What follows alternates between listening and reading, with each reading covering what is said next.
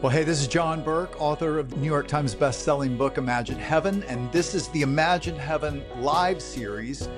I'm doing this live series in between seasons of the Imagine Heaven podcast, where I take my 40 years of research into near-death experiences and show how it aligns with the Bible. So if you haven't listened to those or watched the first season, 10 episodes, I hope you'll go check that out. But in this live series, I'm letting you hear from some of the live interviews that I've done over the years, the full interview. And today I want you to hear from one of my favorite NDE stories and one of my favorite people. Today I have a nurse, originally from California, I think now up in Oregon. Is it Oregon? Montana. Oh, Montana. Sorry. But Heidi Barr is here with me. She was originally from California. So you're on a ranch in Montana now, huh? I am living in Montana. My daughter's on a ranch in Montana. We're right behind a ranch in Montana. Awesome. Well, so Heidi and I met because when I was on a news program in New York City, afterwards she emailed me and said, hey, I saw you on the news. I don't know who you are. I've never read your book, but I grew up in a Jewish, agnostic, atheist family, although I always believed in God. But that happened to me. I died and Jesus was with me. I've never told anyone that. Thanks. Yes, thank you, John. And that was about it. And so I was like, what? And I reached out to you by email and we started interacting and I got to hear this just incredible story. Why don't you tell us a little bit about it? About, you said you had never told anyone. Why had you never told anyone that? Well, it's a really good question. And mostly it was because, well, there were a couple reasons.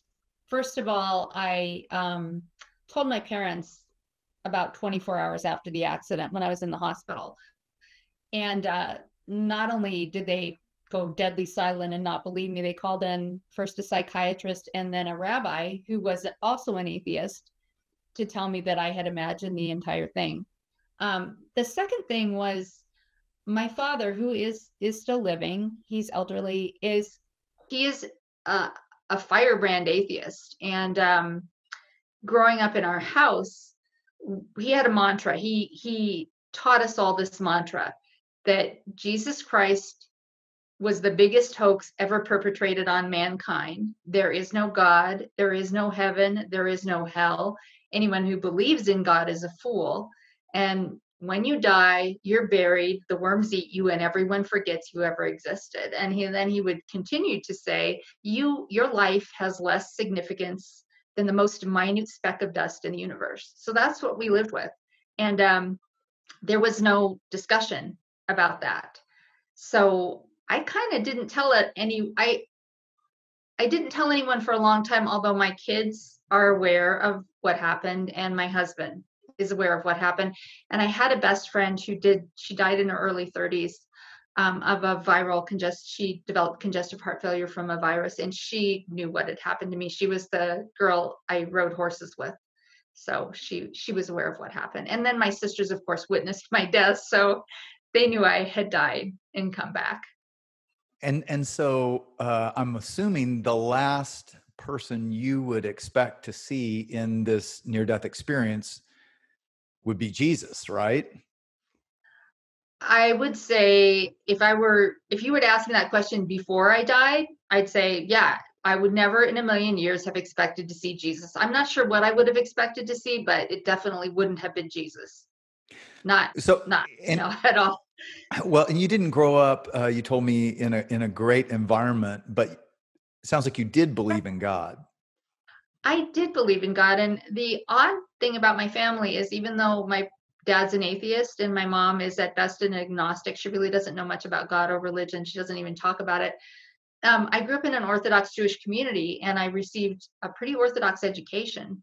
So I'm not saying that's why I believe in God. I don't think that had much to do with it. I believed in God for as long as I can remember, even being a very small child. I believed in God.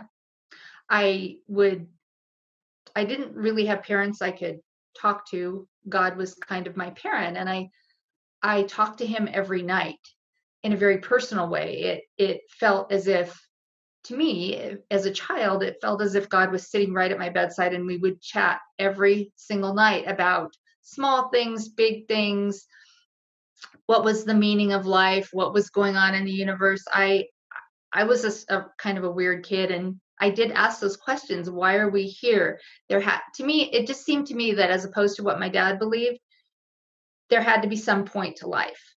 It wasn't random. So I would ask God those questions. And I'm not going to say that he gave me specific answers, but I knew deep in my heart that this was not random and there was a point to life.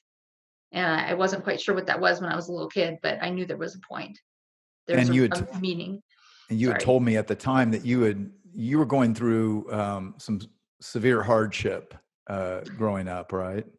I did. And it's hard because, as I said, my parents are still alive. So it's not like I want to talk about them, but my parents both had emotional problems. They had pretty significant emotional problems, and they do to this day. We experienced, let me just say, it was a challenging childhood. I experienced sexual abuse from one of our rabbis, and it was ongoing sexual abuse. I experienced problems after that.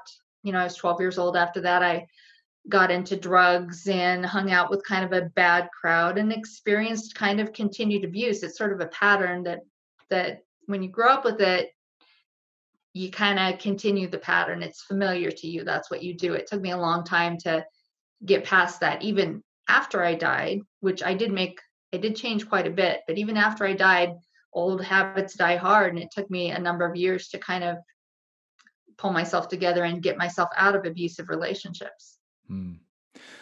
Okay. So Heidi, take us back to that day. You were a 16-year-old at the time. What happened? I was 16. I had just gotten my license, although I had been driving since I was 14, but I had just gotten my license, and it was actually in April. And I put my sisters in our big old green Oldsmobile Delta 88 and headed out to the ranch where we boarded my horse. My dad had gotten this horse in exchange for legal work. He'd done legal work for a guy who owned a ranch, and the guy gave him a horse for me because I had always been obsessed with horses. So normally my friend rode with me, but she was sick that day, so she couldn't come. So it was just me and my sisters. My little sister was 11, I think. My littlest sister was 11. My middle sister was probably 14. And I got my horse out of the paddock where we stabled her. And when I was getting her out of the paddock, there was another woman who boarded her horse, a white Arabian, and she and her husband were having an argument in the barn because he wanted to ride the horse, and the horse was just an awful horse. You couldn't even go near this horse without it trying to kick you or bite you, and I couldn't stand that horse. But I thought, whatever, I'm just gonna go ride. It was kind of a blustery day. It was pretty cloudy, not cold, but pretty cloudy and windy. And I rode bareback, and I took my horse out. I think Charlie had 1,000 acres, maybe a little more, back in the Iowa hills. And I was out riding for about an hour. And then I thought, I should go back because my sisters are probably pretty bored. My middle sister was allergic to horses, so she was still in the car with the windows up.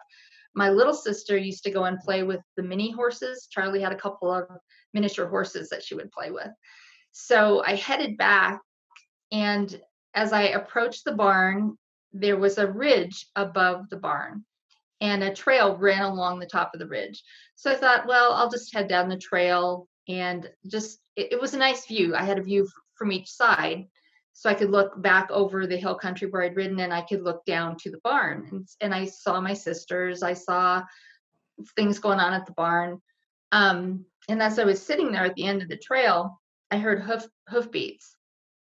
And I knew immediately it was that guy on the white Arabian. And he came running around the corner, and he had the horse had two choices. He was totally out of control. He dropped the reins. He was hanging on to the saddle horn for dear life. And I thought, okay, the horse is going to take the trail down to the barn, because most horses, when they're running away with you, will go back to the barn. But the horse instead chose the ridge trail and came running down the ridge toward me. And I was actually paralyzed for a minute because I wasn't quite sure what to do. I thought, do I jump off my horse? Do I wait? Because maybe my horse is standing perfectly still. Maybe when that horse sees my horse, she'll stop. But she didn't. She just kept going. And she ran into my horse. My horse reared up. The first time she reared up, I held on. I dropped the reins and just grabbed her mane and held on.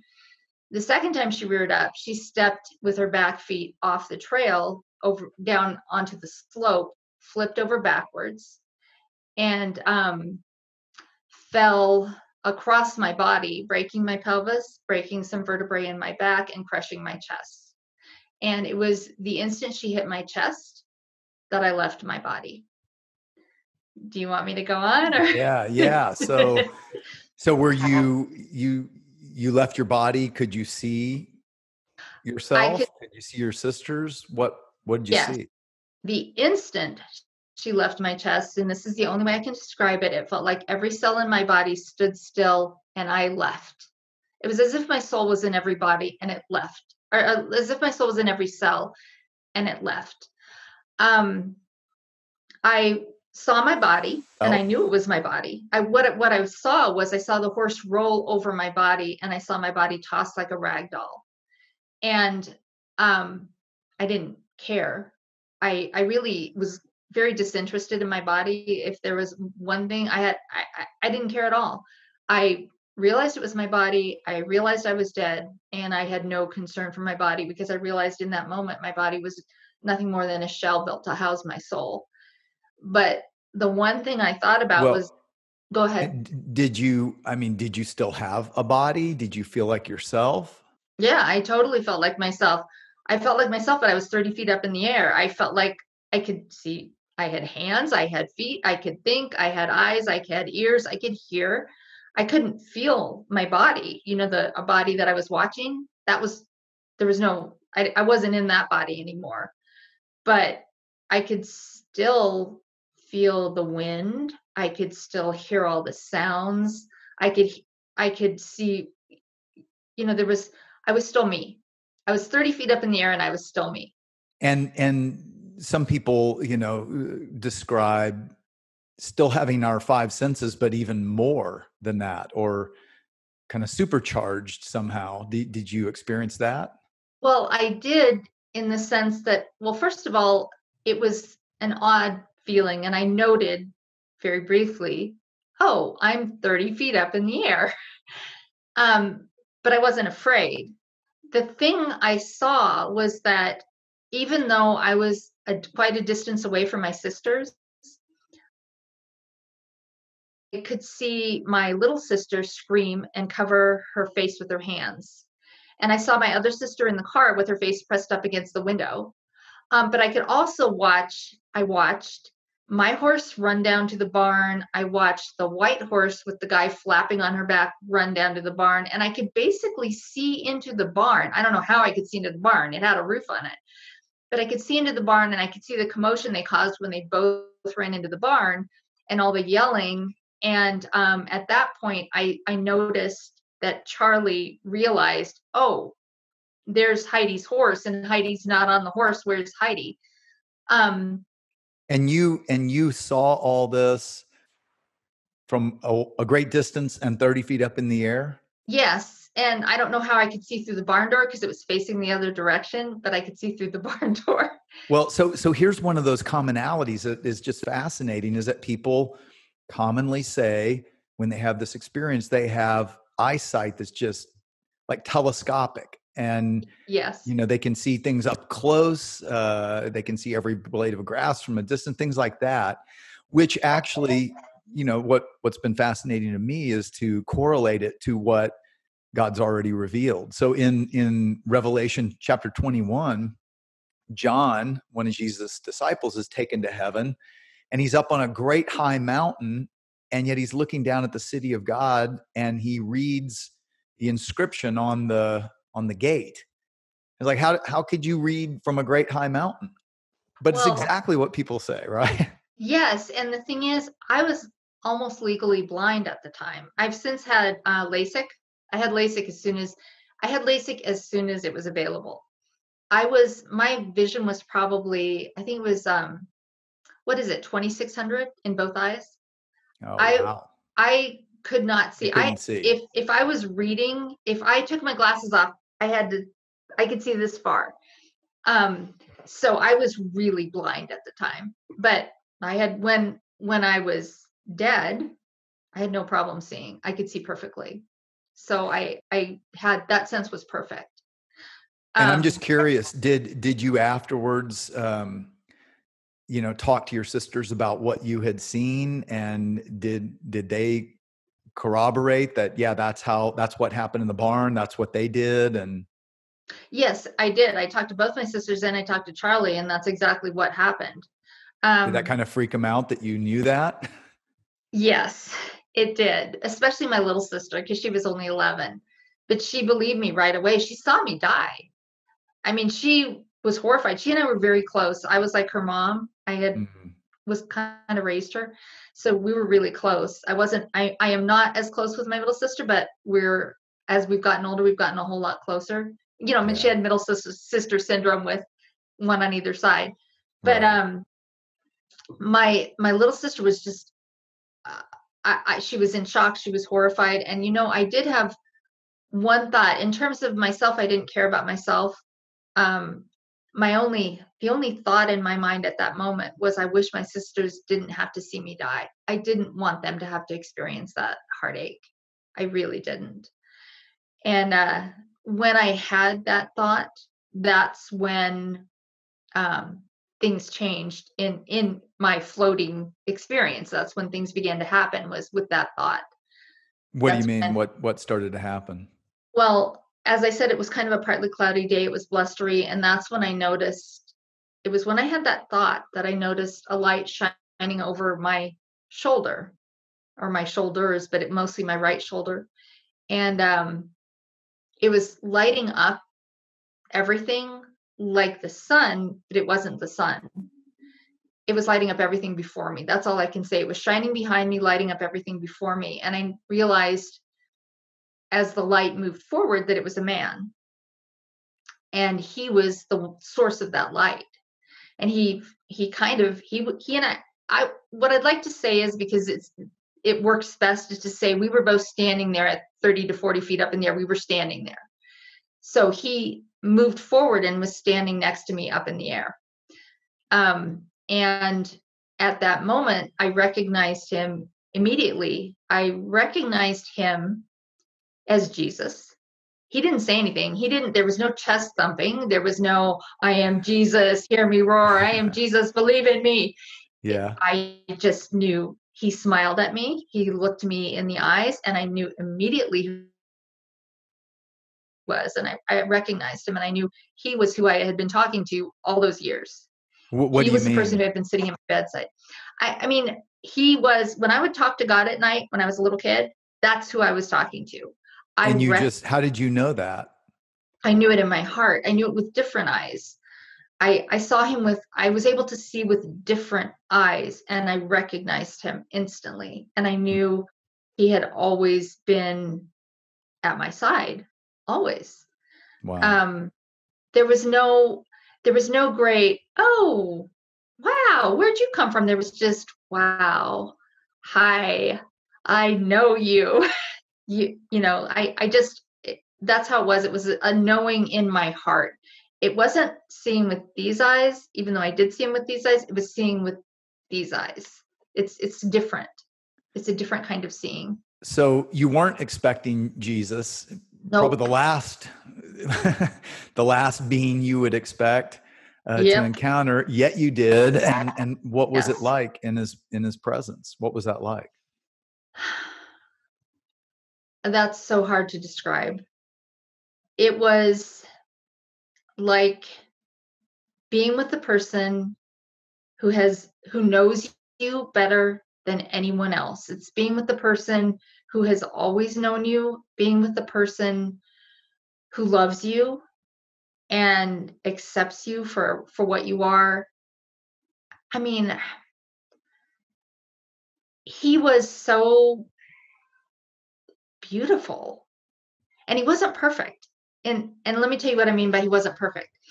His nose was crooked. He didn't have a perfect nose. His nose was crooked. That's what you noticed. No, it's true. His nose wasn't perfect. His hair was, I mean, kind of like mine. It was about the length of mine, a little bit curly. He didn't have like this coif. He didn't have styled hair. But he was perfect in my eyes. And his love for me was palpable. I could feel his love for me. It emanated from him. It surrounded me. And when he looked into my eyes, he knew everything about me, and he loved me anyway. And I loved him, and we were best friends. And he was my brother, and he was my dad. We were all those things all at once. And it's so hard to explain. And his eyes are filled with humor and laughter and gaiety and joy and love. And I didn't see him. I mean, I suppose if I did bad things, maybe he would have been kind of mad at me, but I was actually a pretty good kid, and he was just filled with love. And you know, when you are the first person I told the color of his eyes. I was terrified to admit the color of his eyes. I don't remember Because that. What did you you were tell the me? first person. I told you his eyes are blue, and I was terrified to tell anyone that, because I figured if I said his eyes are blue, people would think I was a liar, Because because he's Jewish. Jews mostly have brown eyes. His Yeah. eyes were blue. They were a beautiful blue, and they basically took in the whole world, and I couldn't look away. Well, and so, yeah, and I do remember now, because I had written in Imagine Heaven about like 4 other accounts where people said his eyes were blue, Mm-hmm. and which didn't really make sense to me until I found out that that there is a certain tribe of Jewish people that were known to have Jewish eyes. Or blue eyes. I mean, blue eyes, Jewish eyes, blue eyes. Yeah, there are Jews, I think, all over the Middle East who have blue eyes. If you go to Israel today, there are a lot of Jews with blue eyes. But I grew up with everyone. Now my dad even has blue green eyes.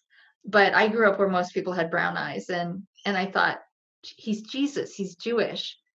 I mean, I didn't think that at the time, but I thought later, I can't tell anyone. They'll say, I'm making this whole thing up because he has blue eyes. At least when I saw him, he had blue eyes. So yeah, and that's fascinating. I don't, I've since talked to others who said like his eyes were all the colors, and I've come to the thought that maybe even the way Jesus presents himself, I mean, he is the light of the world. So, some people yes. see him as just brilliant like the sun. Some people see in a more of a physical form. Like, did you see what he was wearing? Or Yeah, I did. yeah, Yes, he was barefoot. He was wearing, I hate to be trite, but he was wearing a white robe. And it wasn't a perfect robe. It looked like a homespun robe. But his hands were, I saw his hands. His hands were perfect. He had really nice long fingers. We were both barefoot. That I know, because when we went to heaven, we surfed, we were both barefoot. But yeah, he was just wearing a nice white robe, homespun, with kind of a belt, and that was what he was wearing. I know that sounds trite. I know that, I'd say it was trite if I would say it was even more trite if I had been to a Christian service and heard that that's what he was supposed to look like. But I didn't really know what he was supposed to look like. So, really, yeah, I mean, I had seen paintings of him, but I didn't. it wasn't like I had a preconceived notion that this is what he should be like. I actually had a preconceived notion that there was no Jesus. So this, and there he was. And So, was he talking to you? Did you communicate? oh yes, we talked a lot. But I'm going to say I heard his voice, but I can't tell you for sure that we were both speaking aloud, but yes, I heard his voice. It was really melodious. It was really beautiful. And I didn't ever want him to stop talking. Um, I heard his voice, in fact, because as we were there, we were still hovering above the barn area. I had a life review with him, and he talked to me during that. What was Um, that like? well, it was like having a 3D picture of every single thing that happened in your life from the time you were formed in your mother's womb, but you were not only watching, you were experiencing it. So I'm watching it and reliving it at the same time. And I honestly hadn't been a bad kid. But what I experienced was what you do in this life, the way you treat other people, you, after you die, it's not so much how you feel after you die, it's how they feel. What did you do that made them feel bad? I felt if I said something mean to somebody, which I only said something mean to one kid that he specifically pointed out, I felt really bad because I felt what that kid felt when I said that mean thing. And later I apologized to him. Um, So so you're not it's, just seeing your life, you're experiencing it from the perspective of how you impacted other people? yes, Wow. absolutely. And I I mean it actually made me see that there are a lot of bad things that had happened to me. Jesus did not emphasize that. That was not his emphasis. His emphasis was, what did you do? How did you treat others? And the truth is, he wasn't sitting there judging me. He was there supporting me. I was judging myself with his support. I was judging my actions. What do And you mean by that? I mean, I looked at myself and I could see myself. I could see when I did something good and people were happy. It made someone happy. And I could see when I did something bad and it hurt someone's feelings or made something sad. And he was there to support me as I came to these realizations, as I acknowledged what I had done. He was there. He wasn't pointing things out and saying, "You were really bad here. Did you see this?" He was there saying, yeah, that's how that kid felt. I mean, he was there supporting what I was feeling. Um, It's interesting because people have misinterpreted this life review many times, saying that God was showing me my life. God was not judging me or condemning me. I was judging myself. Exactly what you were saying, mhm. uh, and thinking that that doesn't correlate to what the Bible's taught. But actually, Jesus said, I did not come into the world to condemn the world, but that the world, everybody through me might be saved or set right with God. Yes. And he was the God of compassion, who a woman caught in adultery, he says, he drives off the ones who wanted to stone her to death and says, where are your condemners? They've gone, and said, well, neither do I condemn you. It's Yes, the which is heart. my It's the heart. favorite story.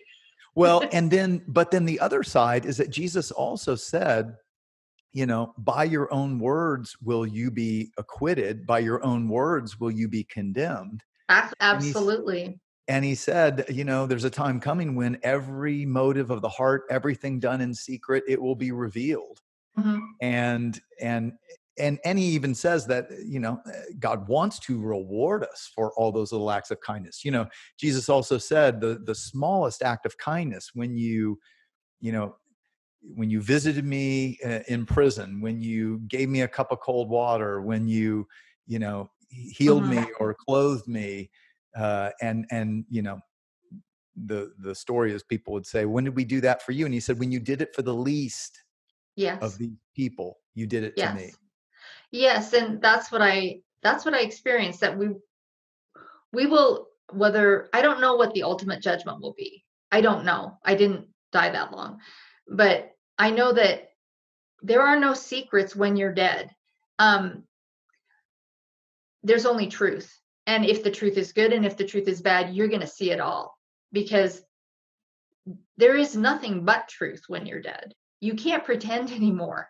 You can't hide stuff. It's there. It is all there for you to see. And he looks at it too. He's the right, well, he already knows about it, but you know, he's there to be with you while you are looking at your life and saying, oh my gosh, how could I have done that? Or, oh, I'm so grateful I did that. Or, but it's not, what I experienced was, it's not about other people. No matter how rotten your life was, it's not about other people. It's about, what did I do? What did I do to others? Not what did others do to me? What did I do to others? That's what you have to look at. So, you know, the message of Jesus is that God forgives, you know, everyone who turns back to him, that he forgives, yes. He washes our sins away, that's what Jesus died for. You didn't have any sense of context of that at the time. Did you experience that? As I said, I was actually a pretty good kid. There were some things I was doing. I was getting into drugs a little bit. I was hanging with kind of a bad crowd. I didn't drink, but I was always a kind person. I tried to be nice to other people, and I didn't feel like he was hard with me. I didn't feel like I was hard with myself. I just felt like I want to be that I did some things wrong. And, you know, mainly the changes came after I was alive again.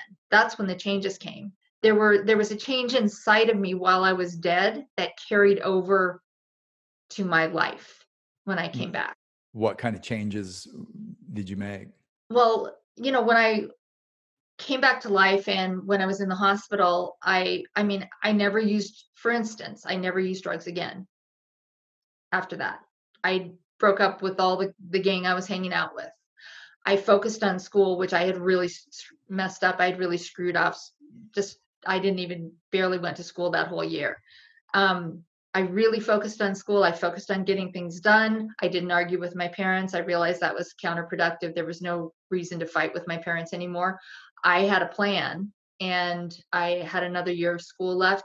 I got through that year of school, and I went to Israel, because if there was one thing I knew I wanted to do, it was find Jesus. I wanted to follow him. I didn't know what I was.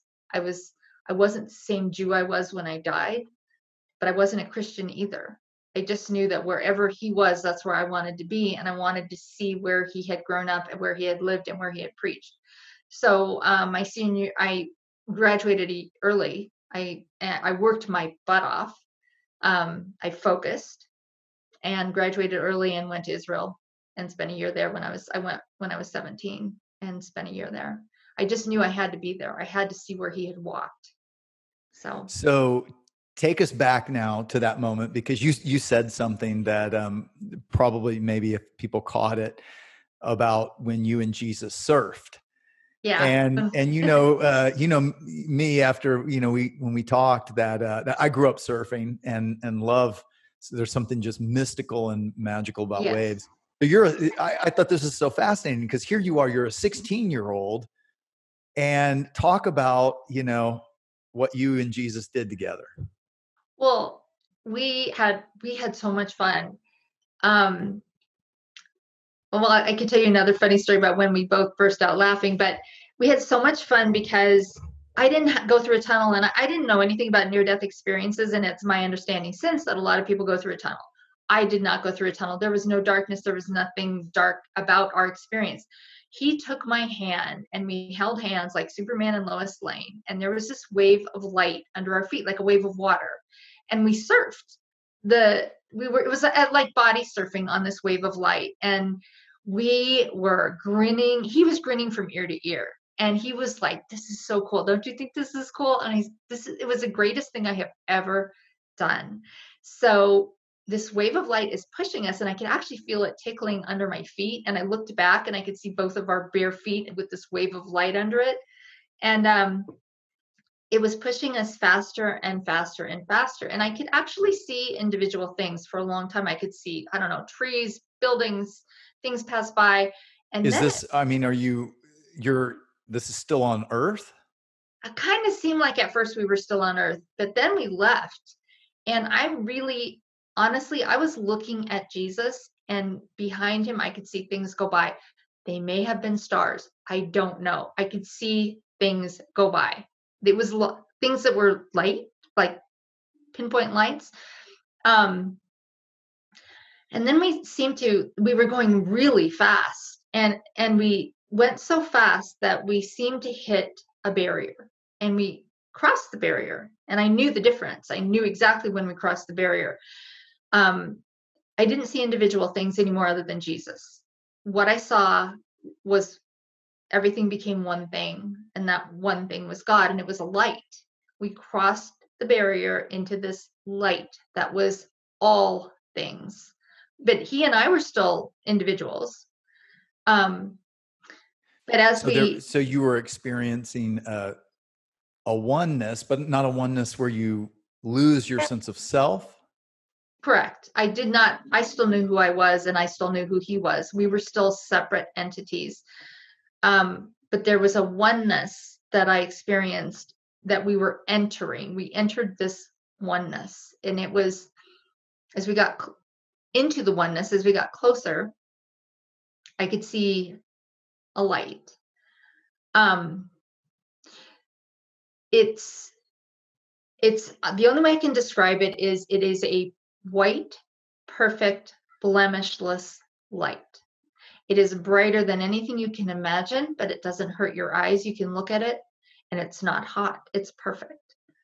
And it took up my entire field of vision. It was infinite in its scope. And as we entered the light, we got very close. We went right into the light, still holding hands. And the next thing I knew is Jesus went into the light. Okay, this is hard to explain. I don't have words to explain this. Jesus went into the light, and the next thing I knew, I was sitting on God's lap. I mean, it's like at first the light wasn't a person, but then the light was a person, and it was a really big person, and it had a lap, and it was sitting so I could sit on its lap, on God's lap. And he wrapped his arms around me, and I wrapped my arms around him and buried my face in his chest. And I never, ever wanted to leave him. I never wanted to leave. I have never felt so much joy and happiness and love. And this was God.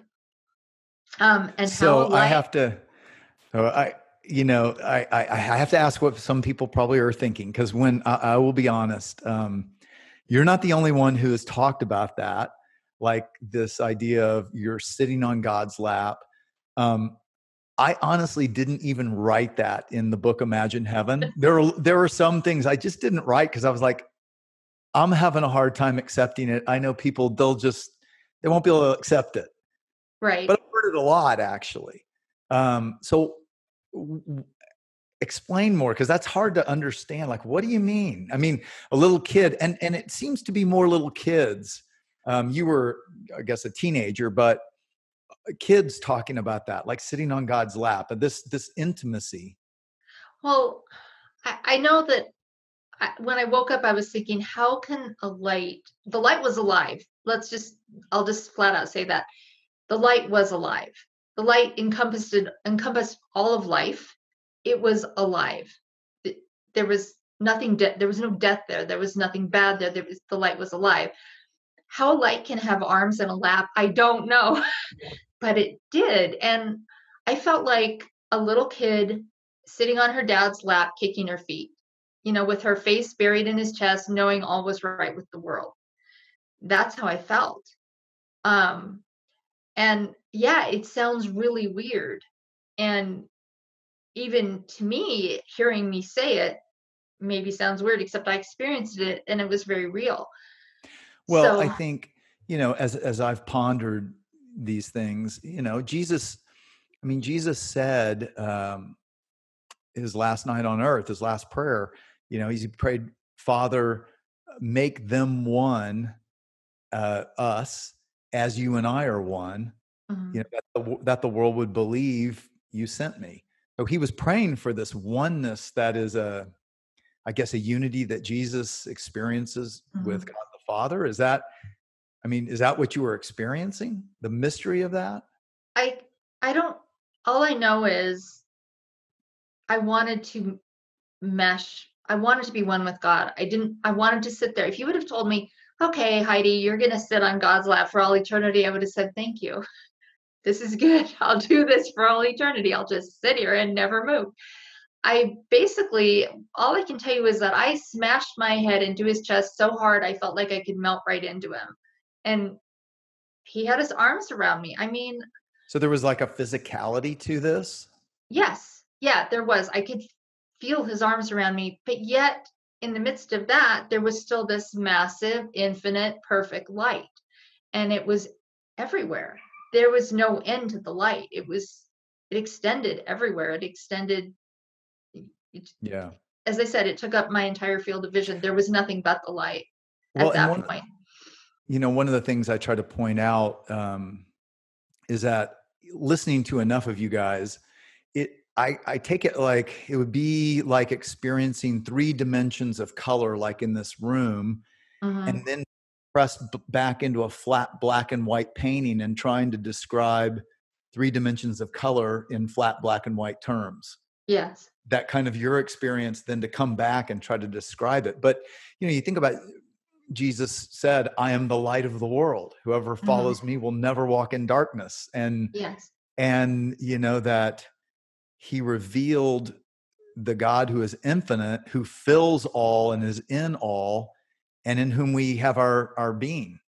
We live and move and have our being. So, he talked about all the things you are experiencing, but still there's a mystery to it, right? So hearing it is totally like a lap, really? Yeah, really, a lap. Really a lap. So where were you and what else did you see? Well, at that point I had my face buried in his chest, so I didn't see much. I was just so happy that I didn't care about anything else. That's all I cared about, was being there with God. But then God kind of shifted a little bit. So I lifted my head, I lifted my face away. And so this is the only way I can describe it. And this is another thing that's not going to make sense. You have this infinite light, right? It was as if let's just say, for the sake of explaining the image, it was as if he pulled away, he lifted a section of his robe. And this is an infinite size robe. He lifted a section of his robe to show me heaven. And it was infinitely far away, but I could see it. I was sitting on his lap and I'm looking at heaven, as if he withdrew a portion of himself, withdrew a portion of his light, so that I could then see heaven. I had a view of heaven. And what was it you saw? I saw, well, the first thing I saw, which was fascinating, was grass. And as I'm saying this to you, remember, this is a person who is basically blind on earth. And I am looking an infinite distance away, and I can see every single blade of grass. And I was fascinated because the colors were so amazing. The green color of the grass was so green. It was 1,000,000 times greener than anything on earth. And I could see each blade, and each blade was singing. Each blade of grass was singing the praises of God. And I was absolutely fascinated. I could hardly look away, but I did kind of, my gaze moved and I could see flowers. Like, let's say an iris. Let's say, for example, I could see an iris, but I could see every detail of that iris, all the little veins in the iris, the pollen. It's as if you're looking at an iris under a massive microscope. And I looked farther and I could see trees, like, say, poplar trees or aspens, and the leaves were moving in the light. There wasn't wind, but the leaves were moving with the music that the grass was singing. The leaves were all making music. They were all making music in praise of God. And the colors, and I could see every vein in every leaf. I don't know how many leaves are on a tree, and I saw all these trees, and I could see every single leaf and every single vein and every single leaf. So clearly this is an experience beyond what we're used to. Yes. Yeah. But beauty, like, not unlike Earth, it sounds like. It was, I mean, it's a tree. I'm familiar with trees. It was flowers. I'm familiar with flowers. They were different. They weren't like Earth. And I knew in that moment, I knew immediately that Earth is a reflection. The light we see here and the beauty we see here, which is really beautiful on the most beautiful day, is a reflection of what we see in heaven. It's just a reflection. It's a shadow. It's like a shadow world here. Even on the clearest, most beautiful day, it's a shadow world. There, everything, it was clarity, just pure clarity. I could see everything. And it was really cool that the grass was singing. I mean, that stuck with me, that the grass was singing. So, well, it's funny because that's another one that I didn't write about. But in the Jewish scriptures, in the Old Testament, it says the trees and the forests and the nature, all nature will sing God's praises. And I always just thought it was metaphorical, right? It's real. Well, yeah. I've heard enough of you guys say that, and I'm like, it's kind of like all our fairy tales, all the things we could even imagine of a magical, wonderful world. Yes. It's almost too good to be true, isn't it? Well, maybe, but I mean, to me, it was the most real thing I've ever experienced. Life is real to me. I don't sit around and think, oh, I want to be back in heaven. That will happen when it happens. But this was real. This was totally real. It was more real than anything I experienced, than eating a meal. This was more real than anything I experience on a day-to-day basis here. I mean, how can that be? Explain that. I can't explain it. It was real. It was, so, I mean, you could say, except that I don't believe that. I suppose I could say, oh, well, life is an illusion and heaven is real. No, life is real too, but this is real. So life is really important to God. He has us here for a reason. We're born here for a reason. And, but heaven is the real. And that's the best way I can describe it. I don't know how else to describe it. It's just real. So, did you experience anything else before Jesus sent you back? And why did he send you back? Well, I did. I saw, a lot of people see people. I actually didn't see people. What I saw was, and I heard voices. I heard voices singing, and I saw shadowy figures coming towards me through the grass. But I didn't see any specific individual. And at that point, and I honestly think in some ways I was supposed to stay dead, but Jesus or God or somebody changed their mind, because there was something else they wanted me to do. At that point, just as I was looking why do you say that?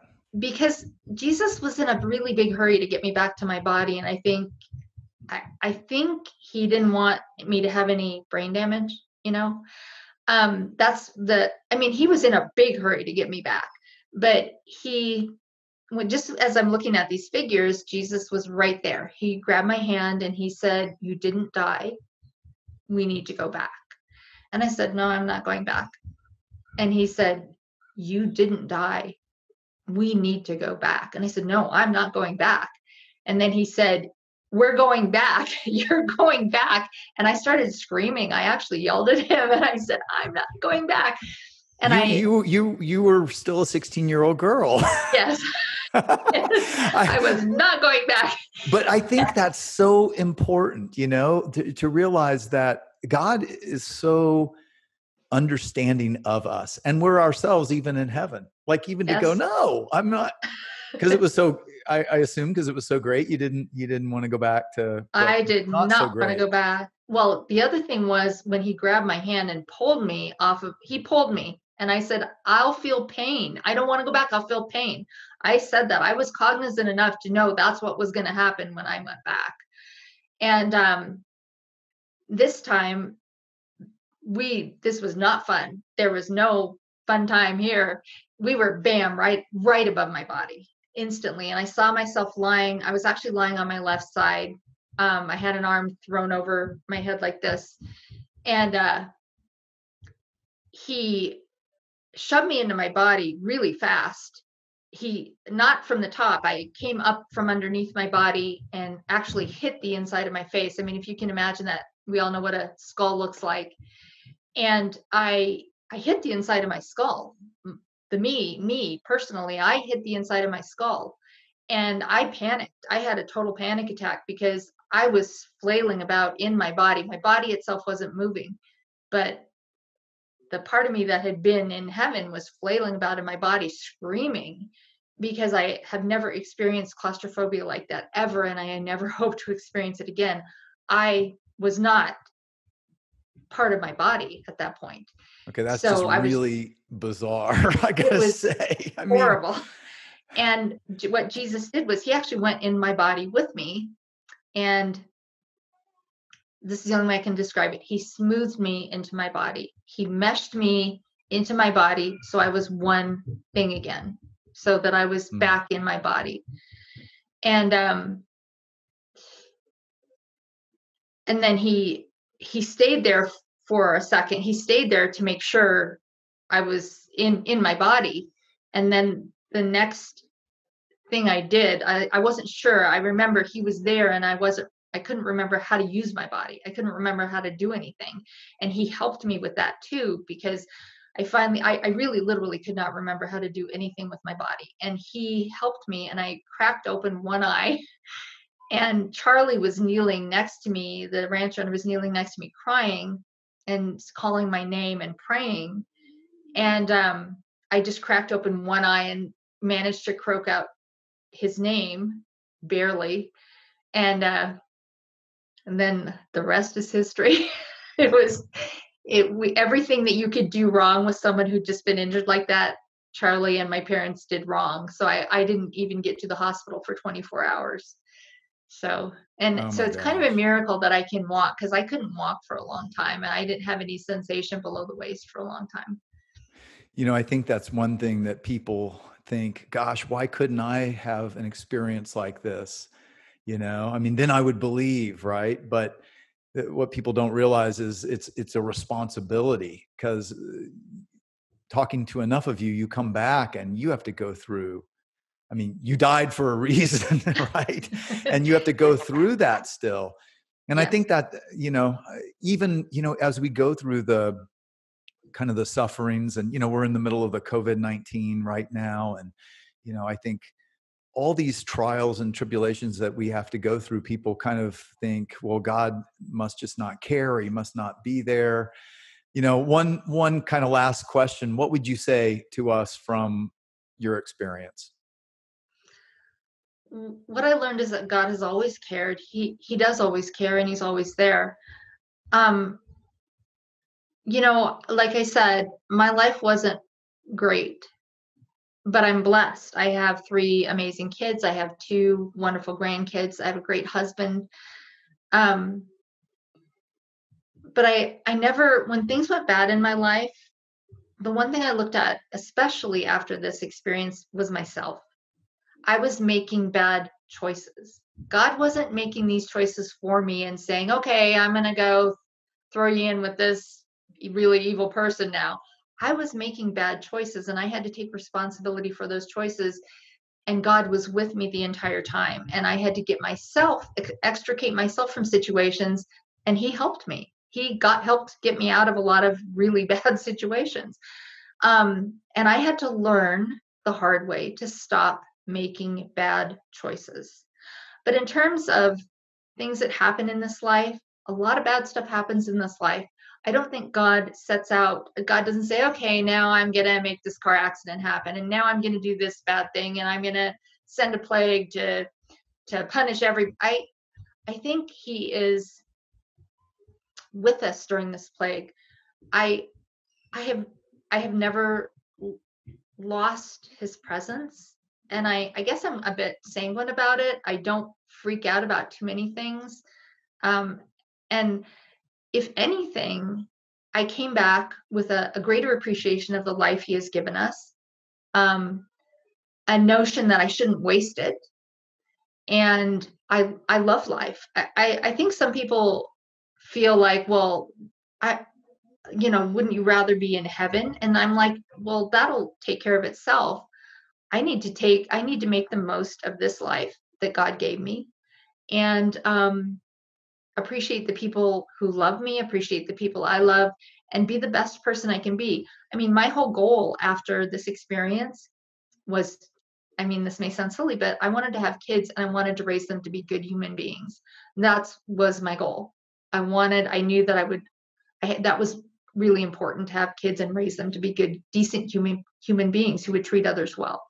So I felt that was really important. Well, and thank you as a nurse for being on the front line and, oh, you're welcome. Caring and taking care of people. I know everybody really appreciates that right now. You're welcome. Yes, all frontline responders are saints, in my opinion.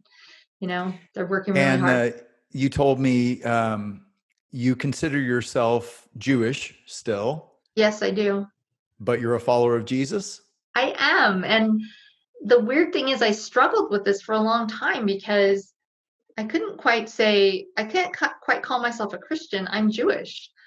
And you were the one who helped me. You said, it's okay, you can still be Jewish, because I did get baptized. And I felt like baptism actually made me a stronger Jew. It reinforced my Jewish identity, because what I realized was I was trying to straddle two worlds, and I wasn't doing either successfully, because I didn't feel comfortable in either role. But then you said, Jesus' early followers were all Jewish. Jesus was a Jew. And I thought, well, wait, why am I struggling? Why am I making a battle where there is no battle? I can just be a Jew. And it's been easy ever since. Yeah. And that's the thing that I love to point out is that, as you and I talked about, I mean, in Genesis 12, God created the Jewish people for a purpose. And he said very clearly to bless all the nations. Mm-hmm. And you experienced Jesus, who came as a Jew, foretold for the purpose of blessing all nations, all people. Yes. Yeah. And and so I think that's too many times. I think today we get caught up in what religion are you? God cares about where's your heart with Him, and I think He did what He did through Jesus so that all people, no matter what background or religion, can know. Though we've done wrong, one day we'll all have to account for that, right? Mm-hmm. But Jesus paid for it to forgive us, and so we can know we are loved, and He's always with us. Yes. And he's pretty amazing. That's all I can say. He's pretty amazing. He is like love incarnate, and you really don't, you don't want to leave Him, let alone look away from Him. He's like a magnet. You just want to stick to Him. So, well, that's a great way to wrap it up. So thank you so much, Heidi. I appreciate you taking the time. Thank you, John. It's great to talk to you. Well, I hope you enjoyed hearing Heidi's story. There's even more. I have become friends with Heidi, and over the years, she shared with me about, the abuse she went through with her father, which was extreme, somewhat with her mother as well. You can read it all in her book, which I'll link to below. But she was a hospice nurse, and as her mother was dying, her mother kept saying to her, "You saw God, didn't you? You had that experience with Jesus, didn't you?" And she was able to talk to her about it, and her mom came to faith. Then her dad is dying. And again, she's a hospice nurse, and she's forgiven him because she realized what Jesus had done for her. And she's trying to say to him, she felt like God said to her, "Tell your dad when you're passing, if you'll look over your right shoulder," remember Jesus was right over Heidi's right shoulder, "I will be there for you." And she told him that, and he was belligerent and just resistant. And she said, "I have never seen someone hang on for so long." For about 2 months, He was right on the brink, in hospice, on the brink of death, and having these both hellish and heavenly visions of what was to come. She said it was like he was wrestling back and forth, and Kathy and I and Heidi were all praying for him. And the week that he passed away, he made peace with God and peace with Heidi. And the really cool thing is God recently gave her a very vivid dream in which she saw her father alive and happy and in the place that she had been. And it's just an amazing story that God can bring redemption even to the worst situations possible. Well, I just wanted to share that with you. I hope this podcast has encouraged you, and be sure to subscribe. I will be doing these live episodes, and then I'll start a new Imagine Heaven podcast, more of a teaching episode as well in the fall. And until then, be blessed.